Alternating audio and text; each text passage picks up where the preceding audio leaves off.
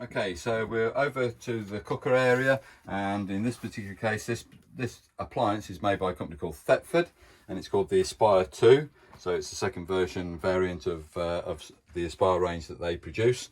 It is, or has, one electric ring and 3 gas rings.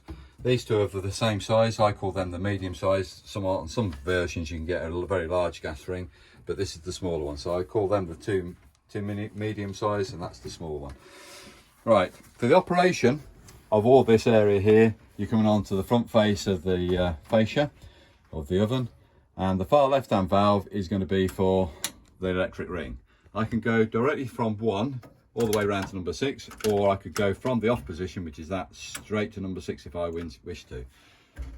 And yes, that's warm, so I'm not going to leave it on any more than I need to. That's actually already heated up, or he's starting to heat up. I'm going to come to the gas valves operation. This valve here, indicated by that little square, is going to be for this ring here.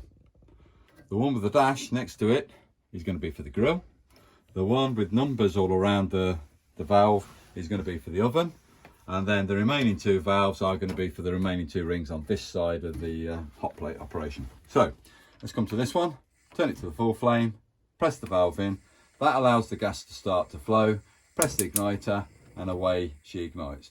After a few seconds, it says heat's gone out again because we've got air in the system. There she comes. We've got the gas supply back through again. Release, that's on low, there's high and off.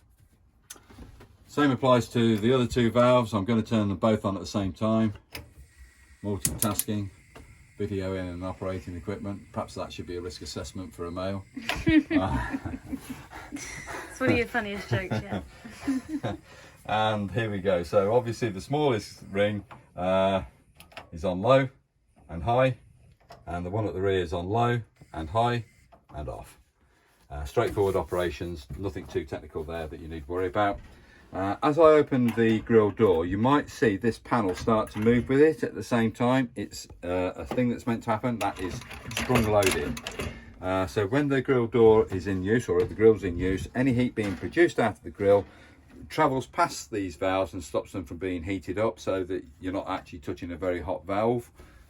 So that's just a safety thing that they've built into this particular appliance. So operate the grill, come to, from the left hand side, the 3rd valve in, press it to the full flame, press it in, press the piezo ignition, away she goes. I'm just removing the grill pan for a second. Right, you might be able to see the flame. I hope you can. Yep. Okay, so that's set on high at this moment in time. I've depressed the valve for about 10 seconds or just over, and now it's onto the low setting, which is still on, yes. So you got anywhere between there to there as a variant in flame. On the grill pan itself, there will be a handle to engage. It comes onto this bracket here, and I'm hoping I might be able to find it in this drawer mechanism here. Here it is. So the handle comes in at a 45-degree angle approximately and locks on, and when you want to take it back off again for washing purposes, because that's quite a large tray, to put it into the sink bowl with the handle is a bit messy, so take the handle out of the way, wash what you need to. And then the storage, because this grill pan is that size, that is just for transit position. When in use, because the handle's here, that is the right way for use when the grill's in use. Okay. I'm just going to put that back in there. Try not to make it noise. When you close the grill door back up, that heat shield goes back. So you don't need the heat shield protruding when the oven is in use. It's only when the grill's in use. So the oven door lowers down, and we're coming to the valve which has got the most numbers around it. I'm going to turn it right round to number 240. I'm going to press that valve in, press the piezo igniter, the flame's going to ignite, count a few seconds with it depressed still the valve, and then release, and it should stay on. And now heat has to build up, so you've got to actually raise the door closed for it to operate the thermocouple, or the temperature probe, which is this one here. And once that's built up to the desired temperature, depends where you leave the valve of course, that will actually regulate itself accordingly.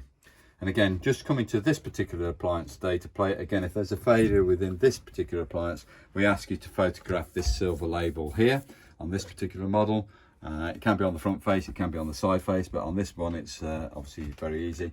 The writing and information is very small, so just photograph it and email that into us, and if there's any failure within that particular system, we can order you parts from there once we've got the data plate info.